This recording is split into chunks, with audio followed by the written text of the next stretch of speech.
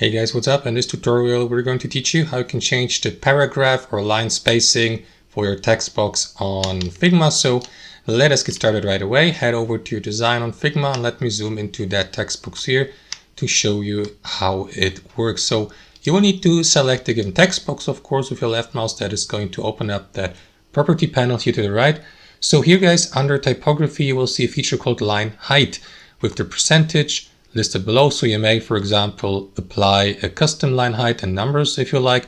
However, guys, the more intuitive way would be to simply left click into that left edge or corner of that box here until you see that double-headed arrow. Hold your left mouse and after that simply move your mouse to the left or to the right just like that to adjust your paragraph or line spacing. There you go. As you can see, you will see the preview here to the left, live updated, and that's how you adjust your paragraph spacing or line height on Figma. Thanks for watching and have a wonderful day.